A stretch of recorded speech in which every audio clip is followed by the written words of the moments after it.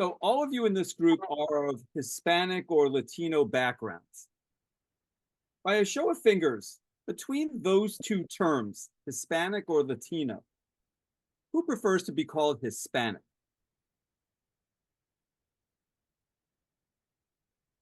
Five of you. Ruben, you prefer to be called Latino? It doesn't matter to me, honestly, Latino or Hispanic. Okay. So some people like to use the term Latinx to describe people of Hispanic heritage.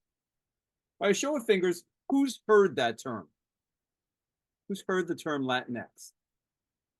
Five of you have. Isaiah, what do you think of that term? I think it's unnecessary. I think we could probably just stick with Latino or Hispanic. Okay. Other views of the term Latinx? Nicole, you're smiling.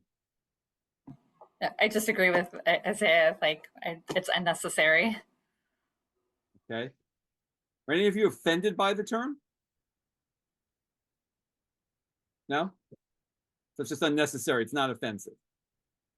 Okay. By a show of hands, show of fingers, who in this group was born in the US? Five of you were, all but Ruben. Okay. And by a show of fingers, who has at least one parent born in the US? Four of you. And I'm curious about each of your family's countries of origin, where your ancestors came from. So Ruben, let me start with you. Which countries of origin are yours? Mexico. Mexico. Rochelle? Mexico and Spain. Okay. Isaiah? France and Mexico. So France and Mexico. Okay, got it. Maritza? Both Mexico. Mexico. Michelle? Mexico. Okay. And Nicole? Mexico and Spain. Okay, got it. When you folks say Spain, are you going back generations, or is that's I was going back 2 generations. generations? Okay, so it's not like back to the 1700s or something. No. Okay. All right, got it. All right. So also, if you don't mind my asking, I'm just trying to understand a little bit about your worldview and where you come from. I'd like to ask each of you about sort of your religious backgrounds. Are most of you Catholic? Can I ask that? How many of you? Who's Catholic in this group? Hold on a second. I got Ruben, Rochelle, and Michelle. Okay. Any of you Protestant, either evangelical or mainline Protestant? None of you. And so the other remaining of you are, how would you consider yourselves, if you don't mind my asking? Isaiah? Agnostic. Agnostic? Did you grow up in a Catholic home, if I may ask? One Catholic, one Christian. Got it. Okay. Maritza? Just plain non-denominational Christian. Non-denominational Christian. Okay. Nicole, the same for you or different? Same non-denominational Christian. Okay. Got it. But any of you raised, or any of you in the evangelical community now? Any of you practicing an evangelical form of Christianity? No. Okay. And I'm just curious, how does your religion or religious beliefs inform your politics and your political beliefs? Anybody give me any insight into how those work in tandem in your mind? Nicole? Well, I mean, I've studied my belief. I grew up Catholic, and I studied my beliefs. So if what I believe is true, then that should shape my thoughts and my actions and my words. So when my husband and I vote, we pray about it and we try to vote biblically, and we certainly don't get it right, as I've stated in the past, but that's how we approach our political beliefs. Okay. Got it. Anybody else? Anybody have a different approach to how you think about religion and how it informs your politics? Maritza, any insight you could share on that? Um, mm, not really. I feel like it does as far as like uh you're taught like whether you're Catholic or Christian or whatever, not to hate. So that plays into it, I believe. That when I see Trump, just expressing hate over everything, and forcing people, not forcing people, but having people hate each other, like racism and stuff like that, it just doesn't fit well with me. Okay. Ruben, how about you?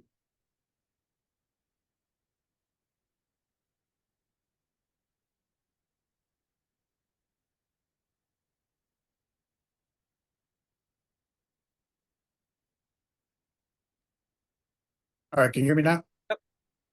Yep. I try not to mix religion with politics, so I don't let that interfere or lead me one way or the other. Okay, got it. All right. Anybody else have any comment on this at all? How your religious beliefs inform your political beliefs? I know it's a challenging question, I know, but I appreciate your thinking about it. All right, I'll move on then.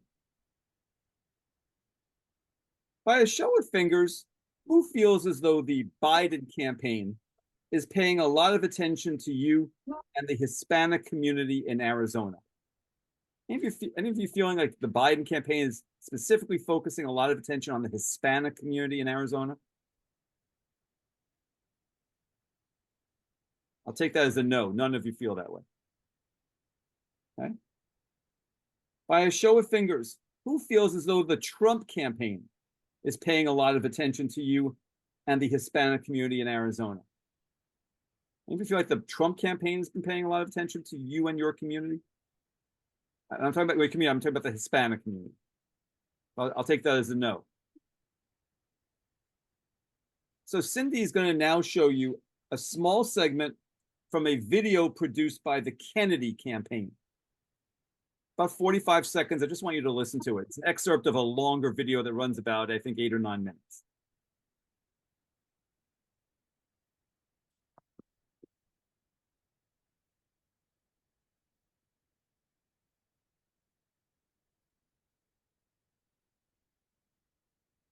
Hemos perdido muchos más jóvenes a causa de las drogas en la última década que en los 20 años de guerra de Vietnam. Hemos gastado 8 trillones de dólares en guerras para cambiar gobiernos extranjeros. Millones de jóvenes estadounidenses ya ni siquiera sueñan con tener su propia casa ni salir a vacaciones. ¿Qué pasó con los Estados Unidos, la tierra de las oportunidades, donde uno podía estar seguro de que si uno trabajaba duro y respetaba las leyes tendría una vida digna? En lugar de la promesa de un futuro brillante, hemos dejado a nuestros hijos enfermos y ahogados en deudas.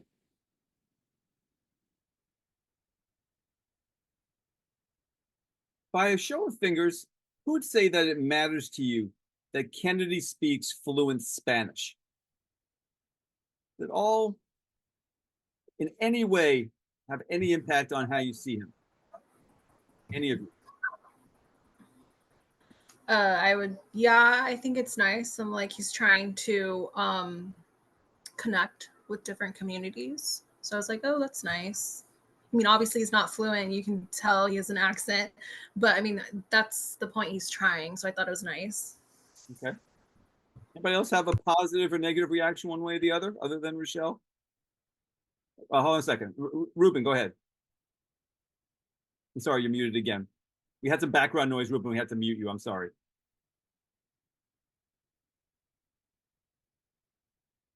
Okay, since a good touch, I'm sure it's going to call a lot of people if that person running for the presidency speaks Spanish.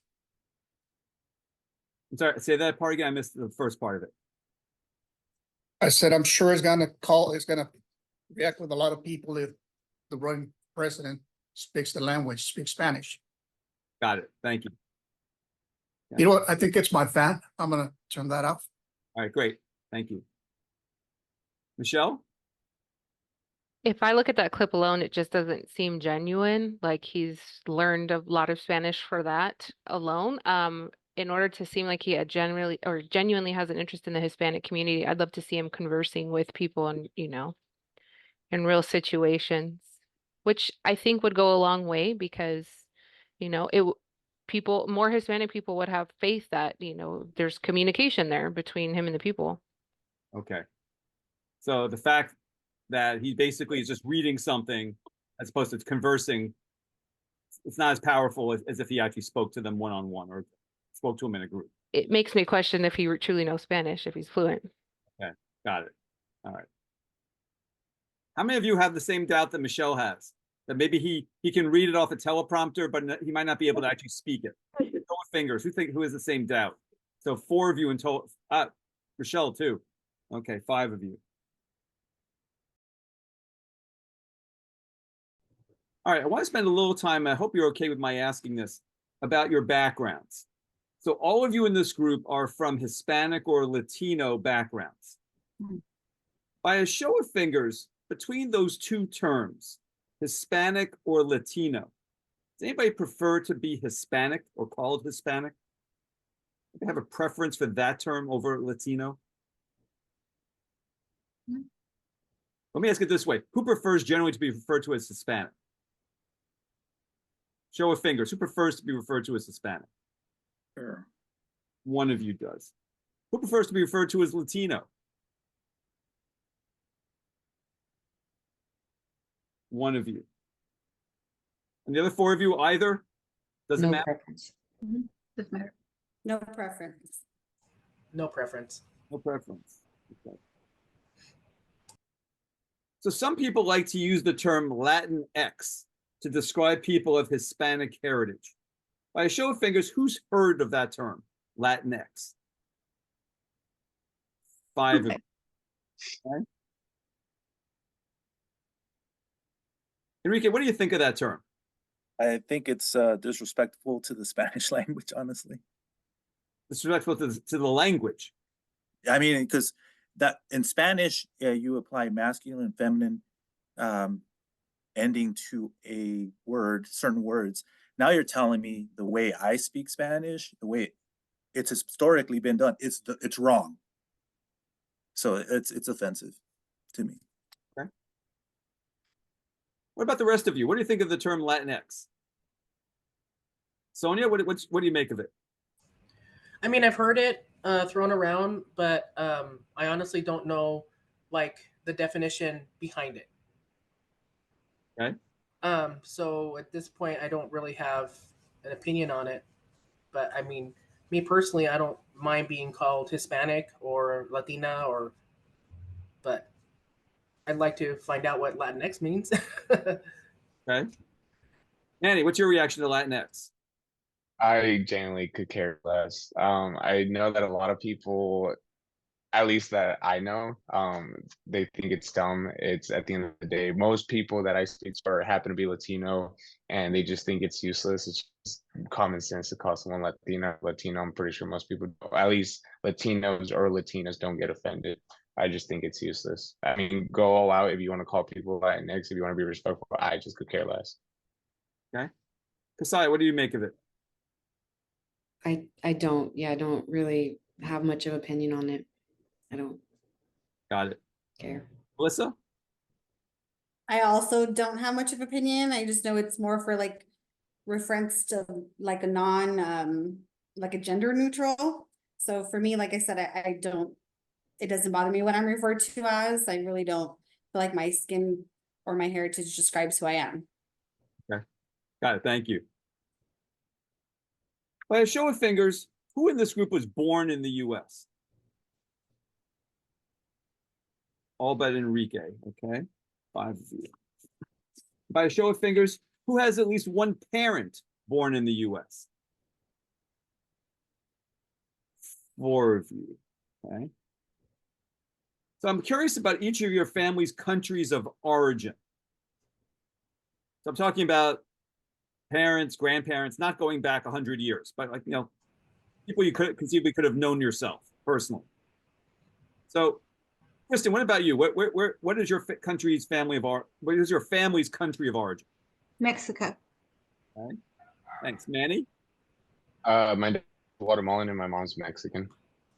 Guatemalan and Mexican. Okay. Messiah? Mexico and Spain. Okay. Enrique? Mexico. Melissa? Mexico and Italy. Okay. Sonia? My father was born here and my mother was born in Mexico. Got it. Thank you. So, if you don't mind my asking, I'd like to understand a little bit about your religious backgrounds. How many of you, if I may ask, are Catholic or grew up in a Catholic household? 4 of you, okay? And the other 2 of you, did you grow up in a Protestant household, an evangelical household? Protestant. Protestant, was it evangelical Protestant or mainstream Protestant? I would say evangelical Protestant. It was evangelical, okay. And Melissa? Non-denomination Christian. Non-denominational, okay.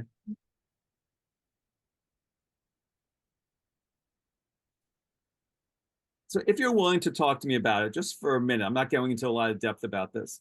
I'd like to know if you can sort of talk about how your religion and your religious upbringing informs your politics today. Is there a way that you can sort of articulate that and give me a little sense of it?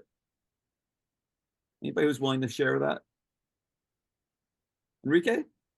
For me, it's separate, right? Even Jesus said, hey, give to Caesar what is to Caesar and God to what is to God. I mean, it's separate. Obviously, there are some things that you learn in church and whatnot that you're like, okay, that's kind of, I lean more towards this person because I feel that maybe it matches with my personal beliefs a little bit more. But I mean, it's totally separate too. I mean, you can definitely separate it. Okay. So yes, I can separate, but I'm going to ask you the question. Yeah. What you just referenced, where does the religious belief intersect with the political belief? You just mentioned sort of like candidates, for example. On what kind of issue would you see your religious belief intersecting with your political belief? Okay. I mean, I guess people mentioned reproductive rights, right? Yeah, I believe in reproductive rights, but I also don't believe in infanticide. I mean, if a baby is born and you intended to abort him, that doesn't mean once the baby's born, that's a live being. Abortion no longer applies. That's murder. Okay. So that's what I would. So that's informed by your religious belief. I mean, birth. I mean, different people believe at a certain amount of weeks, that's a live being. But to me, once a baby's born, the baby is born. It's outside the womb. Infanticide, that's murder. Okay. Yeah. Okay. Anybody have any other way you're willing to share how your religious belief informs your political belief? Melissa? In specific wars, like the war on Israel. If you have a president who doesn't do anything about it, my religion shares exactly what happens when you don't side with Israel. So that view could definitely change who I vote for. Okay. Got it. Anybody else? No? Messiah? Any sense of how your religious upbringing affects your political views today? I mean, I was raised Catholic, but I'm not very spiritual now in my adult life, so I don't think it has much of a influence. Okay. All right. Totally good. So by a show of fingers, who feels as though the Biden campaign is paying a lot of attention to you and the Hispanic community in Arizona? Show of fingers.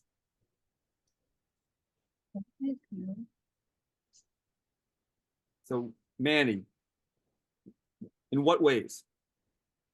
I mean, I'm sure I can't really say for Arizona. I know I've heard him speak on behalf of like the nation, like as far as the border crisis and addressing that. I wouldn't necessarily say like specifically Arizona. I don't know if I don't think he's recently come to campaign, so I can't necessarily say that he's necessarily focusing in on Arizona, even though it's a pretty critical state. I'm sure once the time comes, he will come and campaign here, but um, I just feel like he wants the Hispanic or to capture the Hispanic vote in general. Okay, but in terms of, let me put it to you a little differently. Are you feeling the love from Biden's campaign as a Hispanic American living in Arizona? Specifically in Arizona, no. Okay. But have you felt as though the campaign has focused on, I can understand. So I know so let me backtrack. I know you're aware that Biden is looking to attract Hispanic American voters. So I got that. But have you felt as though he has done outreach to your community? Have you Not felt specifically to my, if it's specifically to my community, then no. not to your, what I'm talking about is to the Hispanic American community. Are you getting mailers? Are you getting emails? Are you getting phone calls? Is Biden showing up in Arizona and talking to Hispanic Americans specifically, or are surrogates doing that? That's what I'm trying to understand.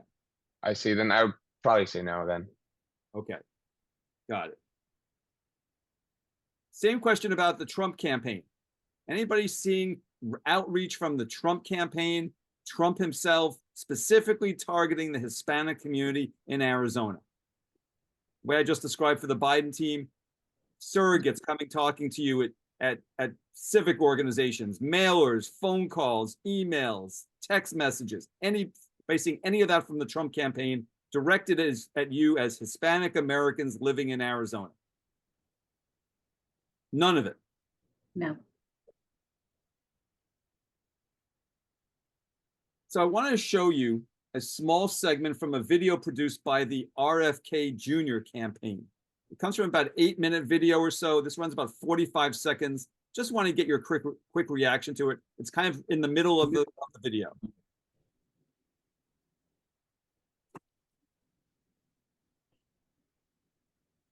Hemos perdido muchos más jóvenes a causa de las drogas en la última década que en los 20 años de guerra de Vietnam. Hemos gastado 8 trillones de dólares en guerras para cambiar gobiernos extranjeros. Millones de jóvenes estadounidenses ya ni siquiera sueñan con tener su propia casa ni salir a vacaciones. ¿Qué pasó con los Estados Unidos, la tierra de las oportunidades, donde uno podía estar seguro de que si uno trabajaba duro y respetaba las leyes tendría una vida digna? En lugar de la promesa de un futuro brillante, hemos dejado a nuestros hijos enfermos y ahogados en deudas.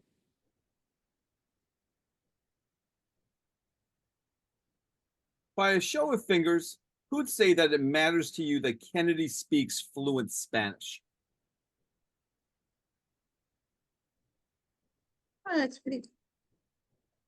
2 of you, okay? Kristen, why does it matter to you?